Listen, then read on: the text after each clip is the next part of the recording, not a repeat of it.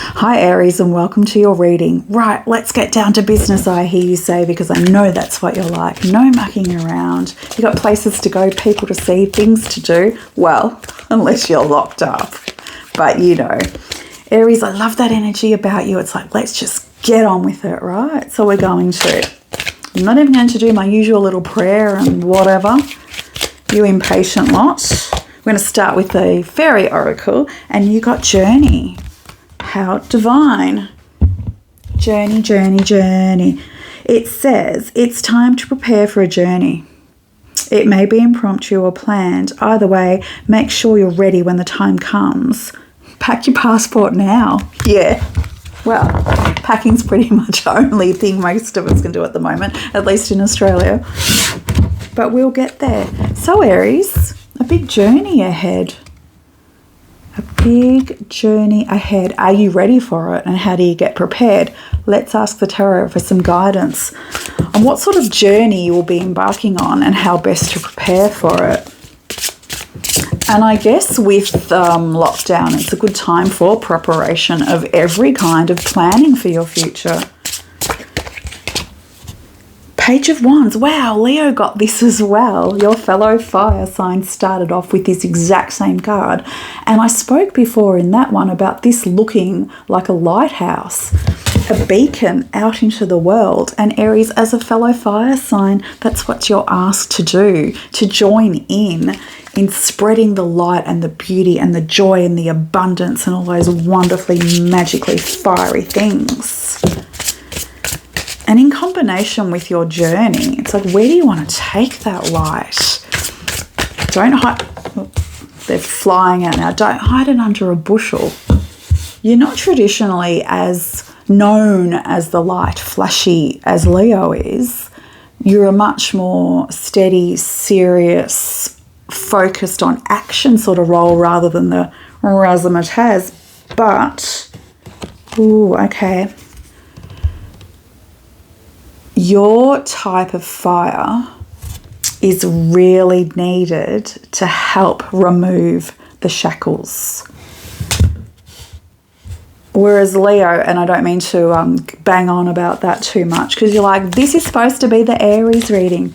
Whereas Leo is more about spreading the light. As an Aries, you're very much a warrior, a fighter, a defender, man and woman. It's not gender specific. So your role, your mission, if you choose to accept it, is to help in this time of darkness when we are chained up and not as free as we want to be, to help free us. Whatever that means to you, whether it's in a legal capacity, whether it's actually in a physical capacity, like what are you doing to assure for your future generations their own freedom? Whoa, that's a big question. You can't take that lightly. It's really, really important at the moment. And you as an Aries with that fiery warrior type energy, you're perfectly placed to be the ones to go out and do that. We rely on you. We need you. We ask you. We're kind of like, please, Aries, please do that for us. I say it in jest, but it really is important.